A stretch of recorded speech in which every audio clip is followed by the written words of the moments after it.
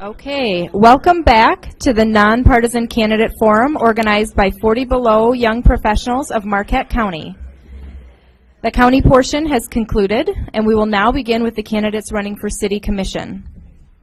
My name is Marina Dupler, and as head of the Planning Subcommittee and a member of 40 Below, I'm moderating this forum.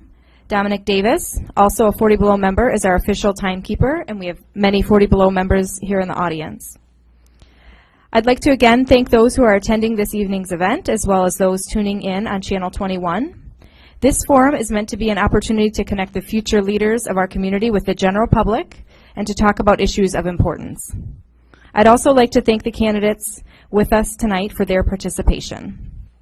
Before we begin, if I could revisit a few of the housekeeping rules that were in effect for the county portion of the forum. Audience members, if you haven't done so, please submit questions for candidates using the green colored paper. Any submitted questions that are deemed by the moderator as duplicative, not pertaining to local issues, personally attacking an individual candidate, or otherwise irrelevant will be discarded. I'd like to remind candidates that microphones are live, so please, no sidebar conversations, and remember to speak close to the microphone as I'm doing. Lastly, audience members, please refrain from any applauding or any other such outburst. We will now begin. The order in which candidates were seated was decided by a random drawing earlier.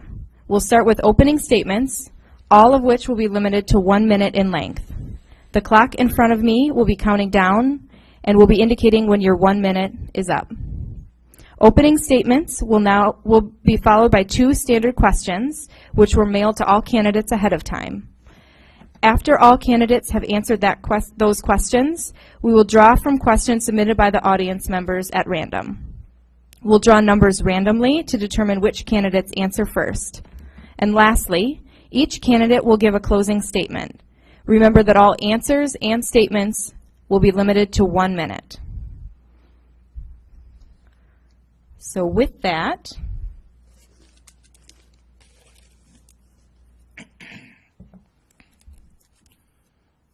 Mr. Schramm may begin. I'd like to thank 40 Below for putting this on. A lot of work went into this, and we're very well organized. The county portion was good. I see why some of our commissioners are so long-winded. The chairs are a lot more comfortable on this side of the table. Yeah, as I'm raising my 4 children in Marquette, I want others to have the opportunity to do the same. I'm one of what they call the UP's greatest exports, the youth. I was born and raised in the UP, graduated from NMU, and then left to find work. I made it back quicker than most, but it seems to be UPers' ultimate goal really is to raise their family in a wholesome place like Marquette. I care very much about Marquette's future, and I'm invested in its success personally and financially. Thank you. Thank you. Mr. Baldini. Thank you, and also let me thank the 40 Below for their efforts in putting this on. I believe in Marquette and its residents, and I believe that we should keep a good thing going. The city has been identified by many state and national organizations as a community to live and raise a family. But resting on those accolades, however, is not what's going to keep us moving forward into the next decade. I want to build on those positives and strengthen our community for the future. Jim Collins has written a book entitled How the Mighty Fall, and the premise of the book is that businesses and communities establish success or failures 10 years later after they begin planning. I want to be certain that we make the right decisions so that in 2024 we will still be moving forward, smart, wise decisions for the city. I believe my experience and willingness to work and make those difficult decisions will help us move forward. Thank you. Thank you. Mr. Robarge. My name is Adam Robarge. I've lived in the greater Marquette area and worked in the greater Marquette area for roughly 15 years. Moved up here in 1999 to attend Northern Michigan University, where I received a bachelor's degree in earth science. It was the landscape, the surrounding landscape, that really drew me to Marquette, and certainly it's the landscape that has held me here. But really, it's the people of the community of the city of Marquette that allow me to call Marquette home. And although I would pride myself on bringing reason and logic to the decision-making table as a commissioner, I would say that I'm seeking a commission seat to be a voice for those people of Marquette that share those same ideals of a love for the landscape and the way that it shapes our lives here in the city. Thank you. Thank you. Mr. Burge. Hello, everyone, and thanks for coming out, and thanks for 40 Below and everybody that's worked so hard to put this on.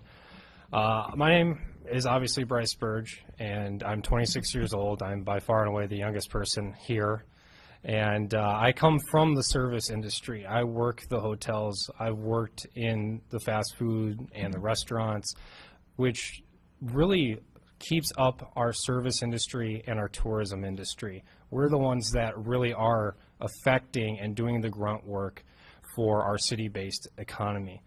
And I think that with adding somebody in like me that comes from this and sees how hard it is to stay up here while you're going to school, if you're trying to start a family, how far you can go ahead with your life plans, it's going to be kind of difficult to do unless you have somebody that can really represent them. And that's what I hope to do here with the 7-person council.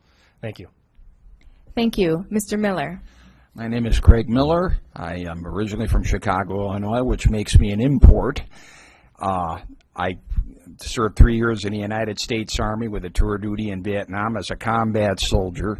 And then I came to Northern Michigan University on the GI Bill, and when I graduated, I stayed. 2 years after I graduated, I got hired by the Marquette Board of Light and Power as an operating engineer in their power plant, and worked there for 25 years, retired, and I've been retired for 12 years and have decided to run for Marquette City Commission because I want to give something back to a really great community that has given me a very good life. And I want to build on the good work that this City Commission has done in the last 7 or 8 years. Thank you. Thank you. Mr. Frazier. Thank you to 40 Below. My name is Peter Frazier. I'm running for City Commission because I've lived in Marquette most of my life, except for a little bit of time down at Ferris State where I graduated college. I think Marquette's a great place to live. We got great people, great economy, everything. My great-grandfather, Peter White, saw something special in this place years ago, and I think I see something special in it too, and I'd like to help keep the city moving forward and do what I can do to help the city grow. Thank you. Thank you. We will now be asking candidates to answer the first of 2 standard questions which were posed to them last week. That question is, if elected, where would you envision the city of Marquette in 5 years?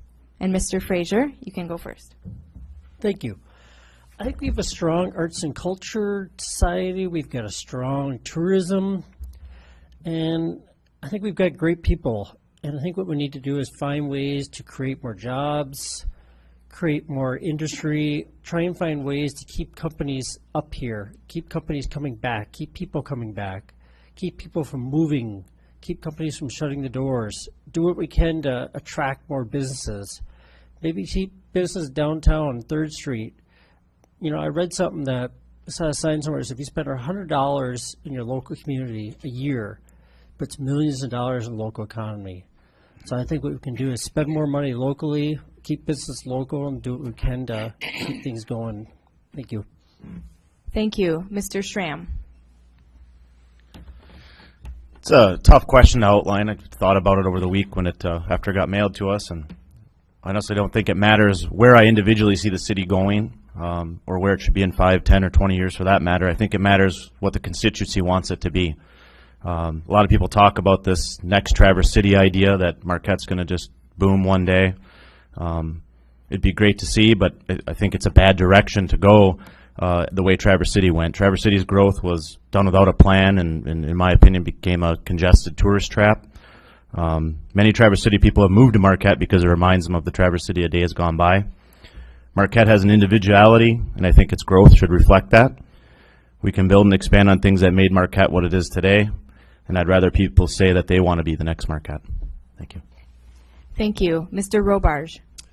Honestly, in 5 years, if I was fortunate enough to be elected, I would see the city of Marquette further implementing the progressive vision, the planning that has taken place in the last few years among the active citizenry, local organizations, and city government officials alike. And I think for one instance, the Baraga Avenue Visioning Project, of which that final development plan was presented today, really exemplifies that, and it calls for a planning of a community that really embraces multiculturalism, the history and heritage, puts that on display, develops in an environmentally sustainable manner, basically creating a place that we all want to be a part of, a strong community setting. And I think that that work has already been put into play, and I'd like to be a part of seeing it forward into the future.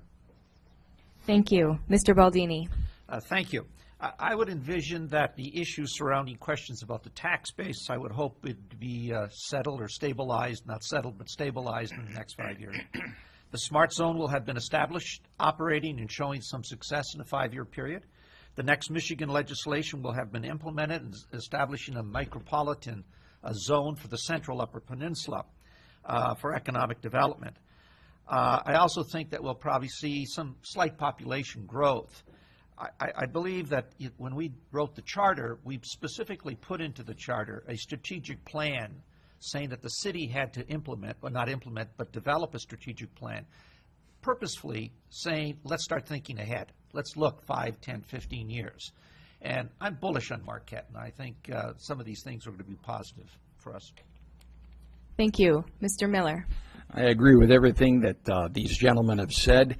The important thing is a strategic master plan, the smart zone, competitive utility rates, because businesses look at that when they're going to set up shop, how much money out of their bottom line they're going to have to pay in order to keep the lights on and the water running. And strategic planning is very important, because it's been my experience, communities that do not strategically plan do not cope well with unexpected and unpleasant surprises in the economy. Thank you. Thank you. Mr. Burge.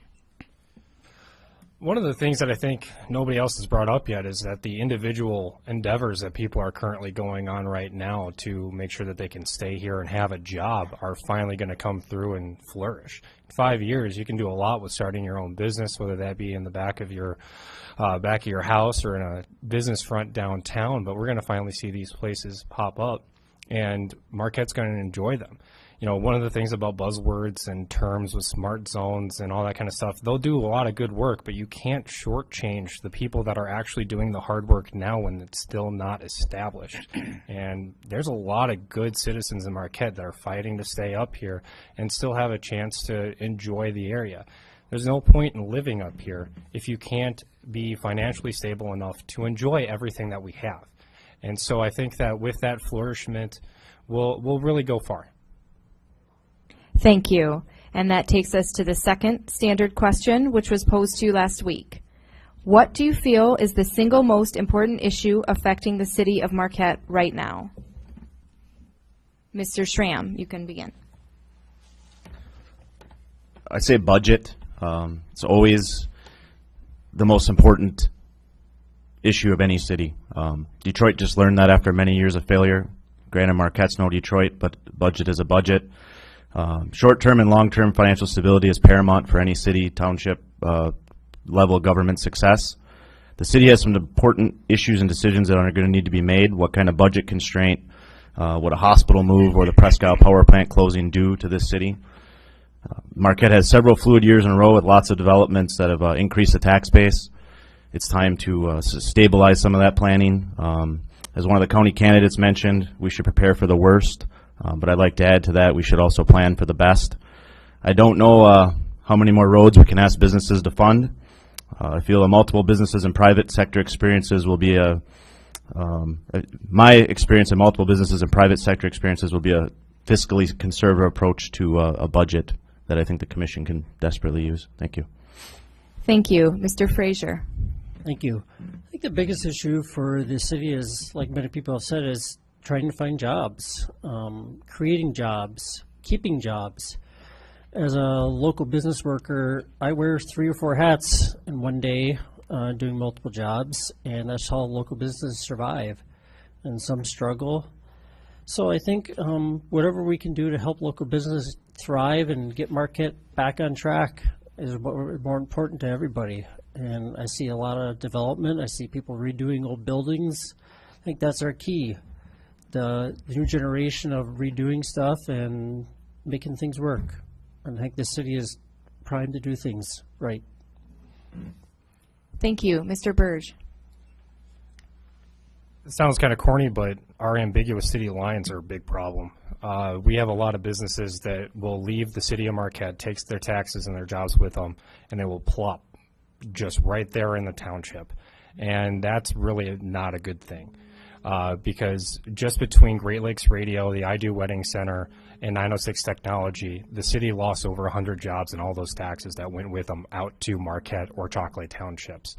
And so if you don't have somebody to help represent Marquette, keep the businesses here, and prevent kind of an urban sprawl of brain drain by going out and keep furthering things out and spreading it out, it's not going to work. You're not going to have a strong central hub in Marquette. You're not going to have that big flagship city of the UP that other candidates had talked about. And that's really kind of that's a big problem, and it establishes trends that would be a big problem for other things. Thank you. Mr. Baldini. Thank you. I think the immediate right now is uncertainty. The possible loss of the Presque Isle Power Plant, the location of Marquette General Hospital, and that decision impacting the Marquette Medical Center could have a very negative impact on the city's tax base and the long-term planning that we have to do as a city.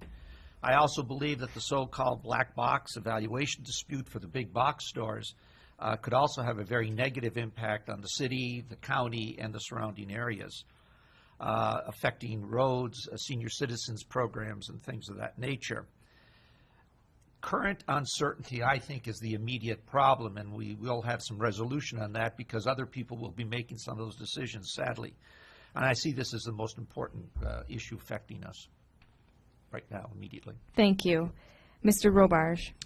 I think I would agree with all of those issues being important to the city of Marquette. For me, what I think would be the biggest issue that we're facing, quite honestly, is climate change. I think that climate change is an issue that really gets at every spoke in the wheel, if you will, whether we're talking about land development, the economy, especially the tourism economy, resiliency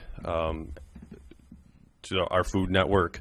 In the very reasons that why a lot of us live here in Marquette are affected by climate change. And I think when you look at what the city is doing, again, whether it's local organizations, citizenry, government officials, there's been a lot of great work implemented at this point, but I think there's a lot of room for improvement, especially with food resiliency, urban agriculture, strengthening our food network. I think it's something that really could bring citizens, municipalities together. It's something we're going to have to tackle together, and I think it's going to be good for that nature.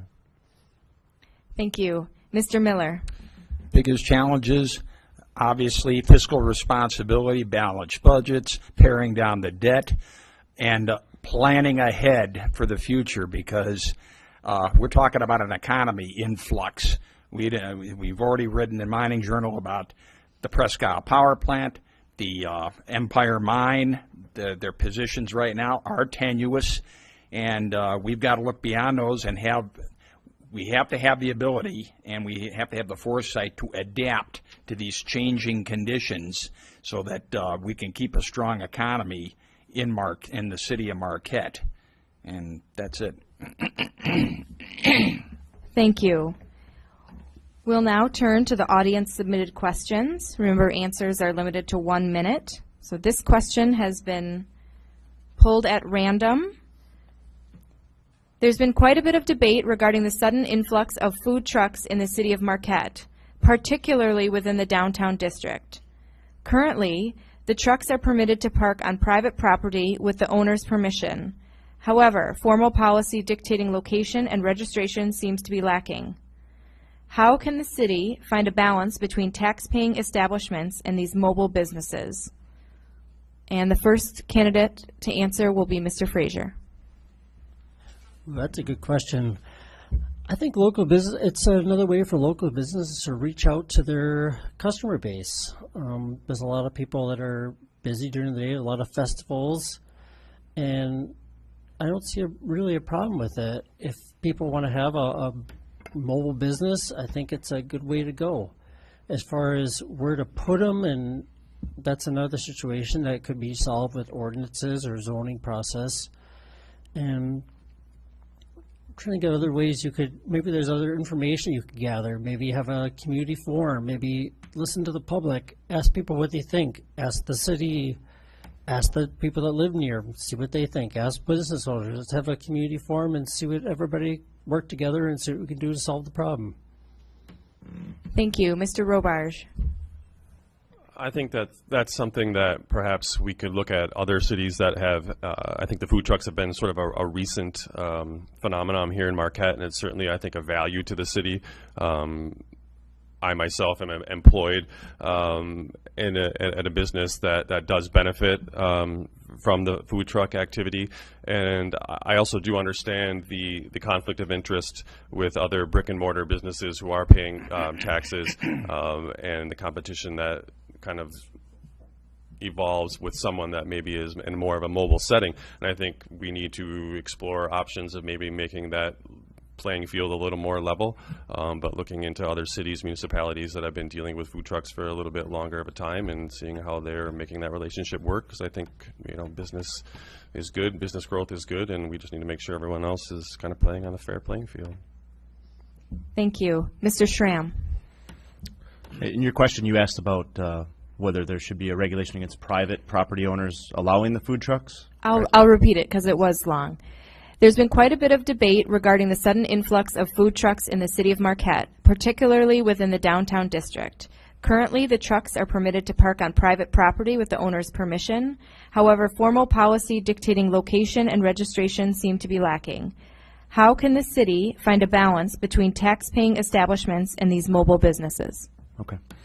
Yeah, I just wanted to clarify the private property point, I guess, because to regulate what they can do on their private property, I think is tough. That's a can of worms we don't want to get into. I think, honestly, the issue at hand is that the city isn't dealing with the food truck issue. They haven't come up with any kind of policies, so they're skirting around the being banned basically by setting up on a private property. I think the issue becomes the city's they've got to come up with a policy of where we're going to allow them, what times, and definitely consult with the business owners downtown.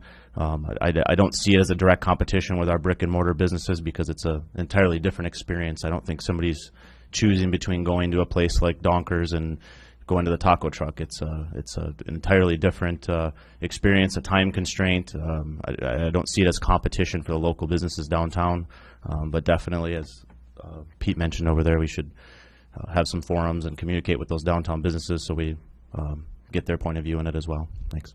Thank you. Mr. Baldini.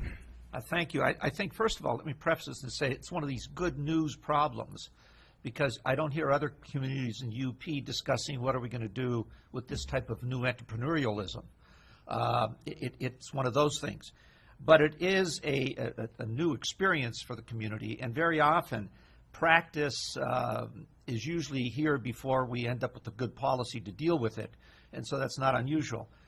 But I think several individuals here have mentioned other communities have had to deal with this. So first of all, let's go see what they've had to do, because there is a question of private property, access, safety, all of those issues, and I don't think we have to reinvent the wheel here. We can probably go and get some other help and assistance on it. But it's something new. I think it's a good news thing because it is something coming to the community. Thank you. Mr. Burge. First off, the thing about taco trucks or any kind of food trucks is that they do have taxes, they do have regulations, and they're all very well written down according to the state of Michigan. It's just that we haven't had them up here yet before, and so implementing it on a county-wide level has been a real big problem for not only for Dia de los Tacos, but Senor's, the newest one that came in. With that, they have a different tax base, they have a different understanding of how many people they have coming through, and the city ordinances and anything else are going to have to comply with that. Now, there are certain things that the city can do right off the bat to help with this. Knowing that no downtown business has a kitchen open past 10 o'clock during the weekend would allow open the loading zones inside downtown Marquette to allow them to park there and serve late night. There are small things about knowing your community that would allow you to implement things right off the bat, or at least discuss them in an open forum, which would make it easy. Thank you. Thank you. Mr. Miller. On the issue of the food trucks, the best thing to do is to have city commission meetings for citizen input and workshops between these entrepreneurs and the city commission to come up with a set of reasonable, sensible regulations that essentially help them flourish without without the negative side effects, especially on brick and mortar businesses. And that's all I can think of. Thank you. We'll now start with the second and final round of audience-submitted questions. And the question is, what role does city government play in job creation? And the first candidate to answer will be Mr. Baldini. Thank you. The city can be helpful. I think the Smart Zone, and I'm on Michigan Tech's Board of Control, and so I've had some experience with the Smart Zone up in Houghton Hancock, and it's brought in a significant number of jobs. We also have the advantage here of having Northern Michigan University. You can provide a setting where you can encourage. I don't advocate that the city's going to go out and create the jobs, but you can help create the atmosphere, either through regulation, rules, policy, taxation. Encourage with the new zone for micropolitan areas that the city of Marquette really took the lead on now with Escanaba. You can do it in that fashion. I don't think anybody's suggesting that they actually go out and create it, but they can create an atmosphere, and that's a role of leadership that the city can play. Thank you. Mr. Miller. Essentially, sensible taxing policies, sensible regulations, something that doesn't discourage a business from coming into here and setting up and providing jobs, and above all, reasonable utility rates, because a business looks at that when they're coming into an area and thinking about setting up shop. How much is it going to cost their bottom line to keep the lights on and the waters running? That's why the preservation of our utilities, the Board of Light and Power and City Water Utility, is very important. They have the most competitive rates probably in the Great Lakes region.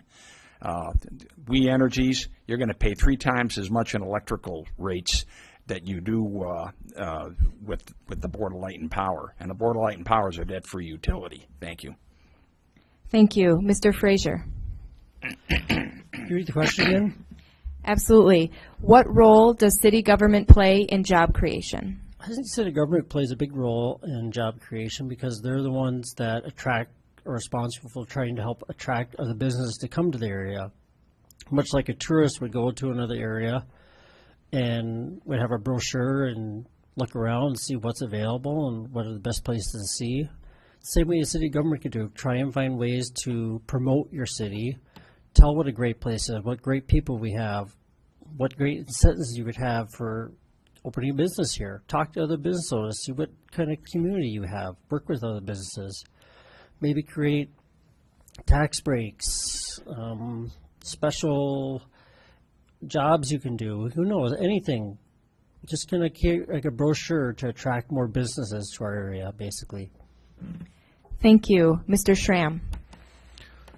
The city needs to nurture and promote economic development somewhat with less regulation. If you go to the city's website, there's a list of permits and whatnot that a business can get inside the city to operate. And one of the permits that's on the city's website is a going out of business sale permit. That kind of regulation doesn't promote businesses wanting to come into Marquette, and I think the Smart Zone's a great addition. Hoping that that's not going to reserve too many tax dollars to things that are going to end up being funded by the city. The city needs to nurture business with a slight less regulation, more friendly attitude.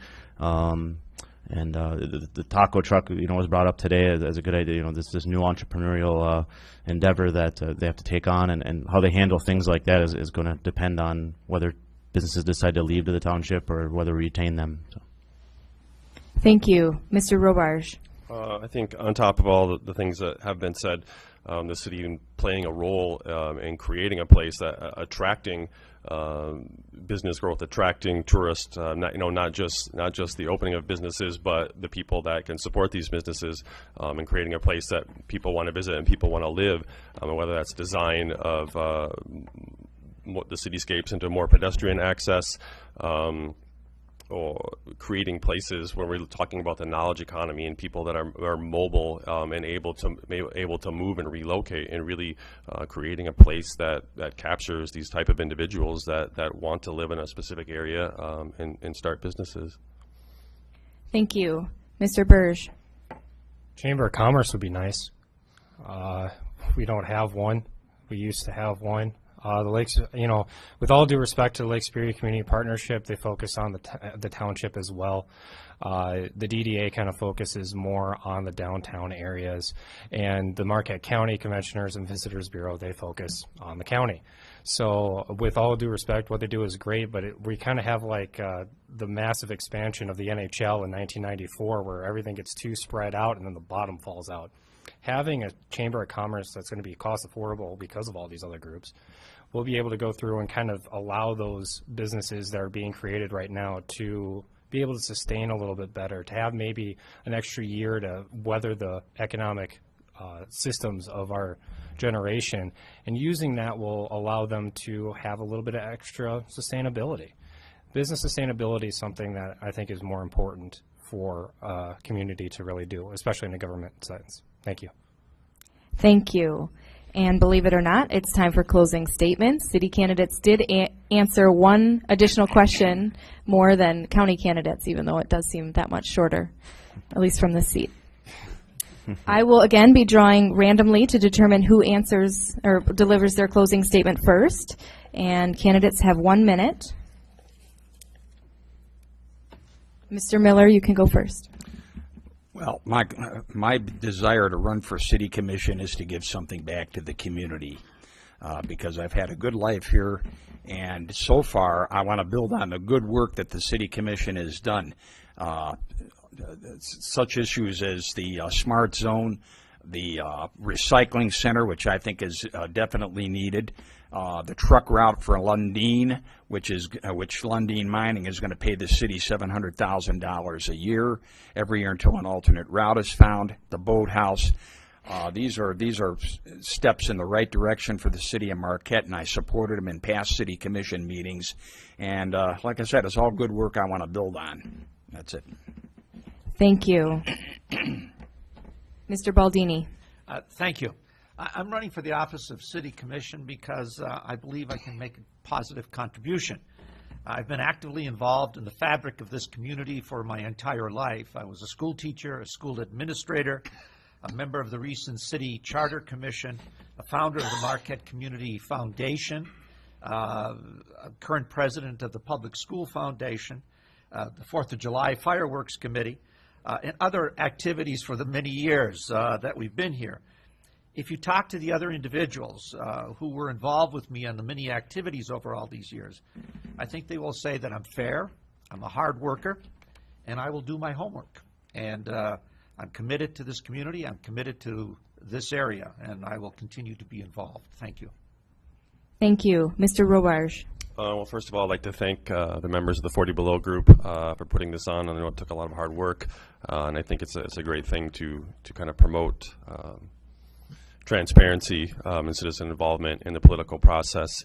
That being said, I would be the first one to admit that I have a great deal of work to do. I have spent a long time under the curtain of political apathy, but I do have a strong desire to be a voice for entities, people that can't speak for themselves, whether we're talking about the environment, animals, the less fortunate, and rather than dealing with the byproduct of neglect or degradation, cruelty, I'd rather be part of shaping policy.